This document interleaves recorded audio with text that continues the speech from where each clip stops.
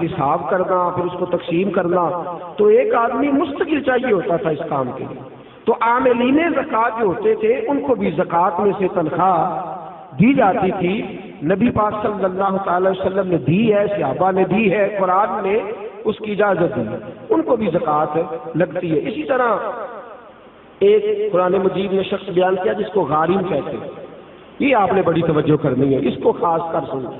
غارم وہ شخص ہوتا ہے جو مقروض ہوتا ہے، اور میرے نبی پاک صلی اللہ علیہ وسلم نے فرمایا مقروض بھی قیدی ہوتا ہے، تو اس مقروض کا قرضہ ادا کرنے کے لیے بھی زکوٰۃ دینا جائز ہے، اس شخص کو بھی زکوٰۃ لگ جاتی ہے، وہ بھی مستحق زکوٰۃ ہے کہ اس طرح قرض میں پھنس گیا ہے کہ دو قسم کے مقروض ہوتے ہیں، ایک وہ ہوتے ہیں جتنا مارکیٹ میں دینا ہوتا ہے اس سے زیادہ لینا بھی ہوتا ہے، اس کو آپ غارب نہیں کہتے، اس کا تو کاروبار ہے، وہ چل رہا ہے، دے رہا ہے، لے رہا ہے۔ لیکن کچھ ایسے غارب ہوتے ہیں جو پھنس گئے ہیں، الجھ گئے، ان کا کاروبار ڈوب گیا ہے، سرے سے بیچارے الجھ گئے، ان کو آپ زکوٰۃ دیں، ان کو نئے سرے سے میدان کے اندر کھڑا کریں۔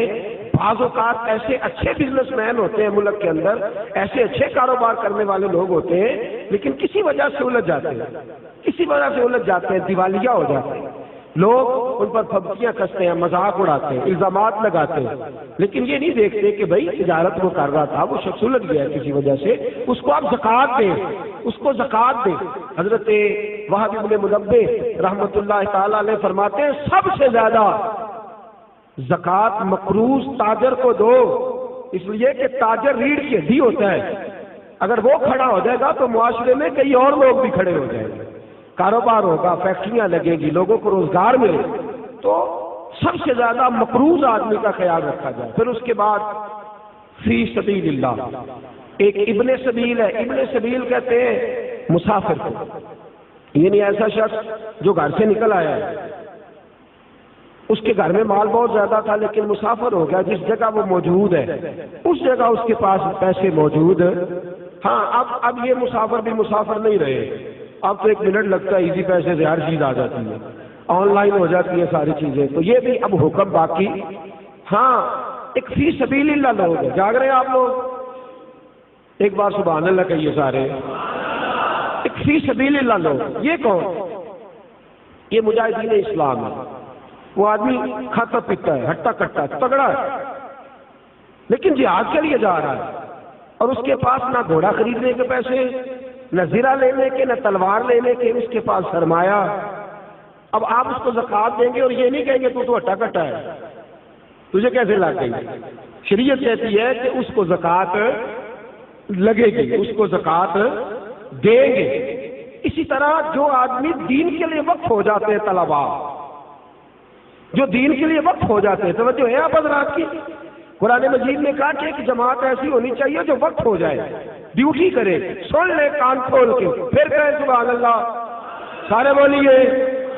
یہ جگانے کے لیے کہہ رہا ہوں، داڑ لینے کے لیے نہیں کہہ رہا، اس میں فرق ہے دونوں چیزوں میں، یاد رکھ۔ اثر کرے نہ کرے سن تو لے میری فریاد، نہیں ہے داد کا تعلیم یہ بندہ ہے آزاد۔ ایک فی سبیل اللہ وہ لوگ، وہ طلباء جو دین کے لیے وقف ہو جاتے ہیں، دین کا کام ہمہ پہلو ہے، یاد رکھ لیں، یہ مکمل ڈیوٹی مانگتا ہے، بلکہ اگر کوئی ہماری طرح نہیں، کوئی صحیح دین کی ڈیوٹی کرنے والا شخص ہو تو کم از کم ایک دن کے اندر 18 گھنٹے چاہیے دین کا کام کرنے کے لیے، یہ تھوڑا سے تھوڑا وقت ہے۔ ہمہ پہلو ڈیوٹی دین مانگتے ہیں، ہمہ پہلو۔ اگر کسی نے 1 گھنٹہ بات کرنی ہے تو شاید اسے 8 گھنٹے اس پر ریسرچ کرنی پڑے، ہمہ پہلو۔ اور پھر کوئی کس قسم کا سوال کرتا ہے، کیا کرتا ہے، اس نے فوری طور پر، اور یہ کیمسٹری، فزکس، بیالوجی پڑھانا آسان ہے، صرف نحو پڑھانا بڑا مشکل کام ہے، یہ بڑا مشکل ہے۔ اصول فقہ کے مسائل اتنے خشک ہوتے ہیں، آپ کو جو علماء جلالی نظر آتے ہیں نا، اصل بات یہ ہوتی ہے کہ وہ فقہ کے مسائل اتنے کڑوے ہوتے ہیں کہ مزاج سخت ہو جاتا ہے، یہ بڑا کٹھن مرحلہ ہے۔ ہمارے ہاں بڑی پریشانی ہے، درس نظامی کے 5 بچے ہوں نا اور وہ مکمل عالم بن جائے تو 5 ضلع سنبھال لیتے ہیں۔ ایک عالم دین کتنا علاقہ سنبھالتا ہے؟ ایک پورے ضلع کی ذمہ داریاں ایک عالم پوری کرتا ہے، لوگوں کے فقہی، جزوی، روحانی مسائل تک جو جامع شریعت اور طریقت لوگ ہوتے ہیں وہ تو ڈبل ڈیوٹی کرتے ہیں عام آدمی، وہ ورد وظیفے کی ڈیوٹی بھی کرتے ہیں، روحانی تربیت کی بھی اور دوسری بھی۔ ہمارے ہاں اس وقت جو سب سے بڑا المیہ ہے وہ یہ ہے، لوگ کہتے ہیں مولویوں کا ادھی زکات دیجیے بھی ابھی تو ماڑے نو دیاں گے۔ وہ خدا کے بندے، مدارس دینیا کے اندر جو بچے آتے ہیں وہ آتے ہی غریب گھروں کے۔ ہمارے پاس یتیم بچے ہوتے ہیں، اکثر ایسے بچے ہوتے ہیں جو اسکول کی فیس نہیں ادا کر پاتے، وہ یہاں آ جاتے ہیں۔ اور اتنی قسم پرسی کا عالم ہے، اتنی قسم پرسی کا عالم ہے، میں کسی اور کی بات نہیں کرتا، اپنی بات کرتا ہوں۔ ہمیں بعض اوقات چوتھے پانچویں سال میں بچے بھیجنے پڑتے ہیں، سرمایہ ہی نہیں ہے۔ ایک بڑے معتبر عالم کو بٹھا کے اس سے تربیت دلانے کا اتنا سرمایہ ہی نہیں ہے، لاکھوں روپیہ ماہانہ خرچ ہوتا ہے، بچوں کی فیسیں ہیں، کتابیں، لیکن لوگ اس جانب توجہ، ویسے بھی اللہ خیر کرے، سنیوں نے خرچی بڑی جگہ پہ کرنے ہیں، عرس پہ بھی دینے ہیں، نعت خواں کو بھی دینے ہیں، قوال کو بھی دینے ہیں، اور بھی بڑی جگہ ہے۔ مفتی احمد یار خان صاحب فرماتے ہیں خرچ نجدی بر علوم و درس گاہ اور خرچ سنی بر قبور و خان کا۔ کہتے ہیں بعد مذہب ساری زندگی علم اور درس گاہ پہ خرچ کرتا ہے، اور سنی اللہ خیر کرے تو مزار ہی پکے کراتا رہتا ہے، وہ گنبد ہی نیا بنتا ہے، اور ابھی بابا جی نے دفن ہونا ہوتا ہے اس سے پہلے ہی انہوں نے سنگ ماربل لگوا لیا ہوتا ہے۔ وہ خدا کے بندے، ہو سکتا ہے تو مدینہ ہی مر جائے، وہاں گیا عمرے پہ وہیں رہ جائے۔ یہ کس قسم کا مزاج ہم نے اپنایا؟ ہماری درس گاہیں ویران ہیں، علماء کی کتابیں لکھی بھی پڑی ہیں، چھاپنے کو سرمایہ نہیں، حالات ذکرگو ہیں۔ دین کا کام کرنے والے کچھ لوگ تو ایسے ہیں میری طرح جو دو چار جملے بول دیتے ہیں، عوام میں آ جاتے ہیں، کچھ ایسے لوگ ہیں جو خالص علمی لوگ ہیں، بیٹھ کے پڑھا رہے ہیں، ساری زندگی گزر جاتی ہے۔ ہم نے اپنے استاد گرامی حضرت مفتی عبداللطیف صاحب قادری رحمۃ اللہ علیہ کو دیکھا ہے، مفتی صاحب پوری ڈویژن کے استاد تھے، ڈویژن کے استاد۔ حضرت الحاج حافظ حمید اختر صاحب رحمۃ اللہ تعالیٰ علیہ سے لے کر حضرت شبیر شاہ صاحب حافظ آبادی تک ڈھیروں اور ہزاروں لوگ ان کے شاگرد تھے، لیکن وہ مدرسہ پڑھا کے تو بعد میں آ کے سائیکل کو پنچر لگایا کرتے تھے، اس لیے کہ روٹی پوری کرنے کو پیسے، وہ کہتے تھے یہ ڈیوٹی لگا دی ہے بزرگوں نے ادا کرنی ہے۔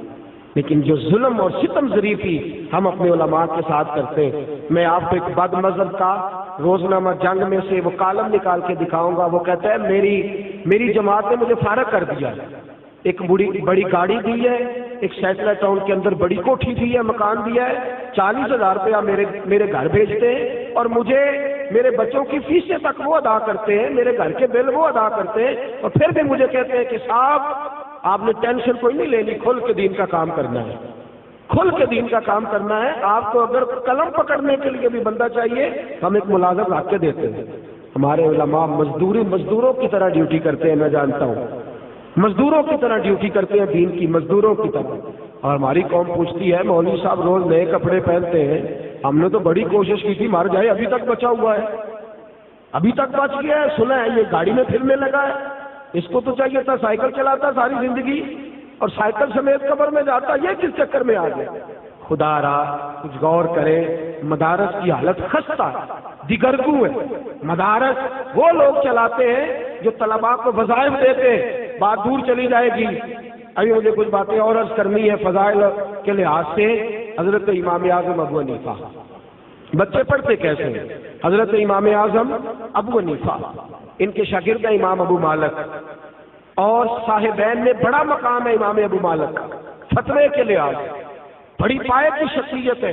اور یہ وہ امام ابو مالک ہے جن کو ہارون رشید نے قاضی بنایا، چیف جسٹس بنایا تھا پورے امت مسلمہ کا۔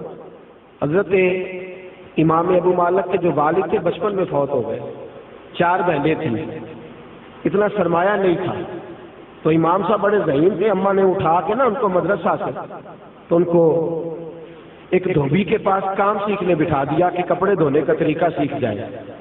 تو فرماتے ہیں میں کپڑے دھونے کا طریقہ سیکھنے جاتا تو رستے میں امام اعظم کا مدرسہ تھا۔ آپ زندگی میں جتنے لوگوں کو دیکھیں گے کوئی کمال کیا ہے وہ غریب گھروں سے تعلق رکھتے ہیں، انہوں نے ٹھوکریں کھائی ہیں تو محنتی ہو گئے، ٹھوکریں کھائی۔ تو کہتے ہیں رستے کے اندر امام مالک کا مدرسہ، امام اعظم کا مدرسہ تھا، تو مجھے چونکہ شغف تھا، میں وہاں سے آواز سنتا قرآن کی، فقہ کی، حدیث کی، تفسیر کی، تو میرا آگے بڑھنے کو دل نہ کرتا، میں وہی بیٹھ جاتا۔ ایک دو دن میں طلباء میں بیٹھا، امام صاحب کی نظر میں بڑا کمال تھا، انہوں نے کہا بیٹے آگے آ جا، آگے آ جا، نام پوچھا، کہا بیٹے تو پڑھا کر، فرماتے ہیں میں پورا مہینہ امام صاحب کے پاس پڑھتا رہا، مہینے کے بعد اماں نے کہا بیٹا تنخواہ، تو میں نے کہا اماں تنخواہ تو وہ دے گا نا جو ڈیوٹی پہ جاتا ہو، تو میں تو پڑھ کے آ جاتا ہوں۔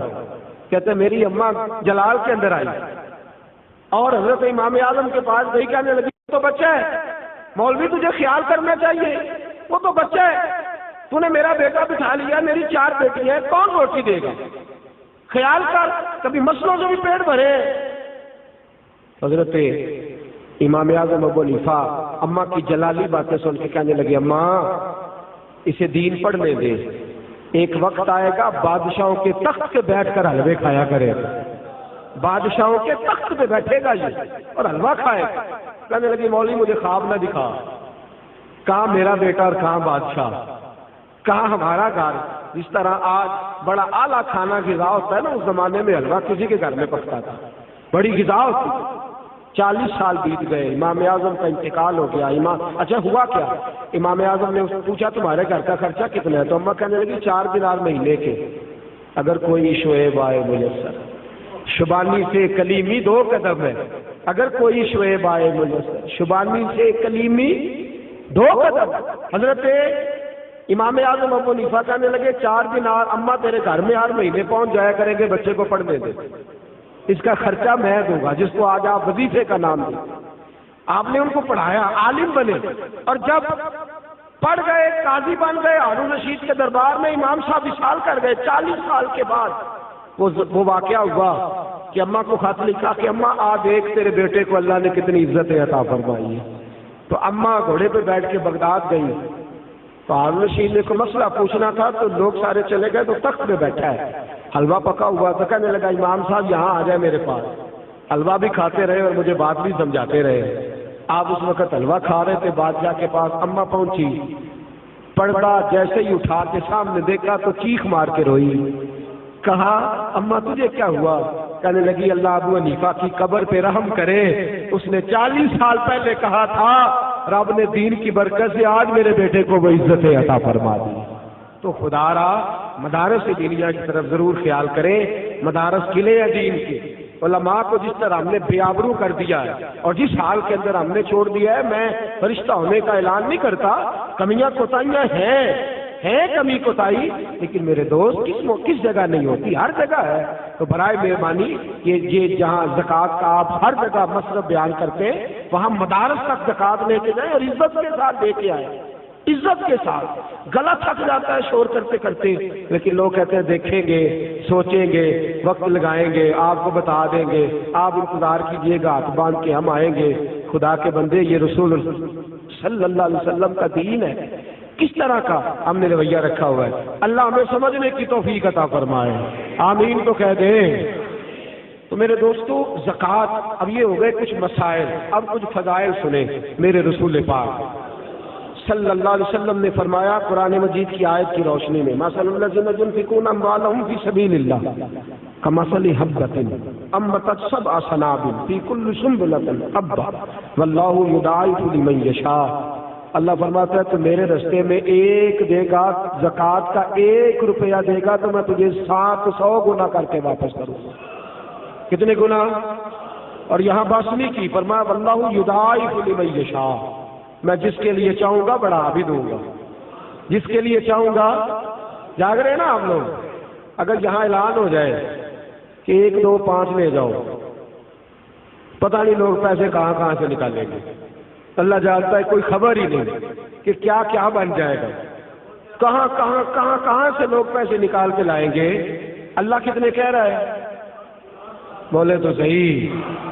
اور اللہ فرماتا ہے دنیا کے وعدے جھوٹے ہوتے ہیں، اللہ کے وعدے سچے ہوتے ہیں۔ تو سچے کے وعدے کی طرف کیوں نہیں دیکھتے؟ اللہ کتنے دے گا؟ 700 گنا۔ میرے رسول کریم صلی اللہ تعالی علیہ وسلم نے فرمایا صدقہ زکوٰۃ تجھے بری موت سے بچائے گا، اور فرمایا تو صدقہ دے گا تو اللہ تیرے مال کو پاک بھی فرمائے گا، اور تیرے مال کو اللہ بڑھوتری بھی عطا فرمائے گا۔ اور فرمایا اگر تم نہیں دو گے، دوسرا پہلو، اگر نہیں دو گے تو حضور نے فرمایا خشکی اور تری میں جس کا بھی مال ضائع ہوتا ہے وہ زکوٰۃ نہ دینے کی وجہ سے ہوتا ہے۔ جس نے زکوٰۃ دے دی اس نے اپنا مال محفوظ کر لیا. اگر کبھی ہمارا نقصان ہو تو ایک دفعہ سوچنا ضرور چاہیے کہ کہیں ایسا تو نہیں کہ میں نے زکوٰۃ میں ڈنڈی ماری ہے. اور میرے رسول پاک صلی اللہ علیہ وسلم نے فرمایا، بخاری مسلم میں موجود ہے، سرکار صلی اللہ علیہ وسلم فرماتے قیامت کے دن ایک گنجا سانپ اور موٹا سانپ، یہ بخاری مسلم کی بس سند صحیح. یہاں بھی ایک تماشا لگ گیا، لوگ ان چیزوں کا بھی مذاق اڑاتے ہیں. میں تو دیکھو جی مولوی ہمیں گنجے سانپ سے ڈرا رہا تھا. بھائی بخاری مسلم میں میرے رسول پاک کا فرمان ہے. دنیا بدل جاتی ہے، محمد عربی کا فرمان نہیں بدل سکتا صلی اللہ علیہ وسلم. جو دن کو کہہ دیا دن ہے تو دن نکل آیا، جو شب کو کہہ دیا شب ہے تو رات ہو کے رہی. خدا نے ان کی زبان کو وہ اختیار دیا، جو نکلی منہ سے ان کے وہ بات ہو کے رہی. میرے نبی کریم علیہ السلام نے فرمایا اگر تو زکوٰۃ نہیں دے گا تیرا مال گنجا سانپ بن کے قیامت میں تیرے گلے میں لٹک جائے گا. جب تو اسے پیچھے کرے گا تو کہے گا نا مالو کا انا کنزو کا، مجھے پیچھے کیوں جاتا ہے، میں تیرا مال ہوں، میں تیرا خزانہ ہوں. وہاں تو گن گن کے رکھتا تھا، 10 والے الگ، 50 والے الگ، 100 والے الگ، اور یہاں تو اب مجھے دور ہٹا رہا ہے، مجھے سینے سے لگا. میرے رسول پاک صلی اللہ علیہ وسلم فرماتے ہیں مرنے سے لے کر قیامت تک وہ مال روز قبر میں آ کے اسے ڈسے گا، اور اتنا ڈسے گا کہ پریشان ہو جائے. میرے دوست جنہ لی تم پاپ کمائے ہوں دس نہ کتنے نہیں ہو تیرے گھر دے، چھوڑ کے تو چلا گیا ہے. بچے تو تیرے لیے سالے ثواب کرتے ہوئے ڈر رہے، لاکھوں اور کروڑوں کی جائیدادیں لوگ چھوڑ گئے، پیچھے سے کوئی ڈب سے یہ سالے ثواب بھی کرنے کو تیار نہیں. مال کون دیتا ہے؟ شاکے کوئی کون دیتا ہے؟ زکوٰۃ کا حکم کون دیتا ہے؟ تو جب دیتا ہے تو آپ کیوں نہیں منع کرتے کہ ہم نے نہیں دینا؟ جب وہ کہتا ہے واپس کرو تو لوگ ہٹ جاتے ہیں، لوگ پریشان ہو جاتے ہیں. عجیب معاملہ ہے ہمارا. بھائی اللہ پاک ہمیں نفع دیتا ہے، اللہ ہمیں اجر دیتا ہے. جس کی 5000 مرلہ زمین تھی خدا نے اس کی 5 لاکھ کی مرلہ کر دی. وہ خدا کا بندہ زکوٰۃ دینے کو تیار نہیں ہوتا، اڑا ہوا ہے. سنیں تفسیر ابن کثیر اور تفسیر کبیر امام راضی کی، حضرت امام راضی نے لکھا ہے، صاحب در منصور امام سیوطی نے لکھا ہے کہ رسول پاک صلی اللہ علیہ وسلم کی خدمت میں ایک شخص آیا. کچھ لوگوں نے نام بھی بیان کیا ہے سالبہ بن نبی حاتم، لیکن بہت سارے محدثین کہتے ہیں یہ نہیں تھے، کوئی اور شخص تھا. بہرحال اس اختلاف سے بچتے ہوئے یہاں تک بہرحال ثابت ہے کہ وہ ایک شخص تھا. وہ آیا در رسالت مآب پہ صلی اللہ. اٹھیے گا ذرا، جاگیے گا ذرا، کھولیے گا ذرا آنکھیں، یہ رنگ بھی ذرا ملاحظہ فرمائیے گا، اس انداز کو بھی دیکھیے گا. آیا کہنے لگا حضور غریب ہوں، ماڑا ہوں، دعا کر دے اللہ مجھے پیسے دے دے، اللہ مجھے. میرے پاس بھی ایک دوست آئے محبت کے ساتھ کہنے لگے حضرت جی دعا کرو، تھی بڑے پریشان رہتے، دعا کرو مینوں اللہ پیسے دے، میں بڑے دیاں گا مدرسے میں.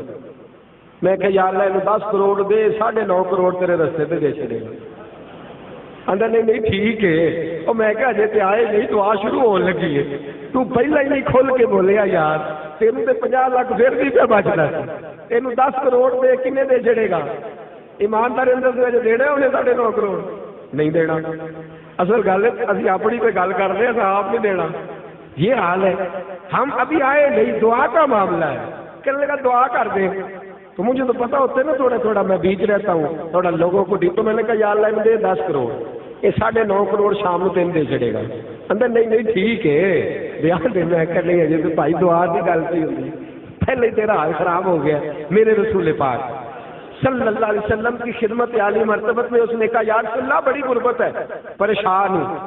تو حضور علیہ الصلوۃ والسلام نے فرمایا تو جس حال میں ہے بہتر ہے، تو جس حال میں ہے قبولیت نیچے آ جاتی ہے. آپ فرماتے ہیں کہ عنایت کا صحرا، اجابت کا جوڑا، دلہن بن کے نکلی دعائے محمد، دلہن بن کے نکلی اجابت. قبولیت کہتے ہیں. فرماتے ہیں اجابت نے جھک کر گلے سے لگایا، قبولیت خود نیچے آ گئی.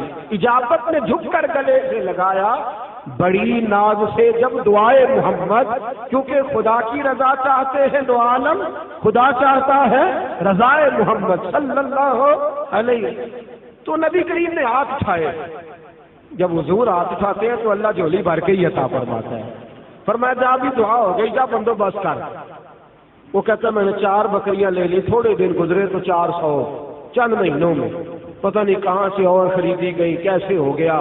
کہتا ہے مجھے کوئی سمجھ نہیں، خود کہتا ہے کوئی سمجھ نہیں آئی، پھر وہ ہزاروں میں ہو گئے، مدینے کی گلیاں تنگ ہو گئی۔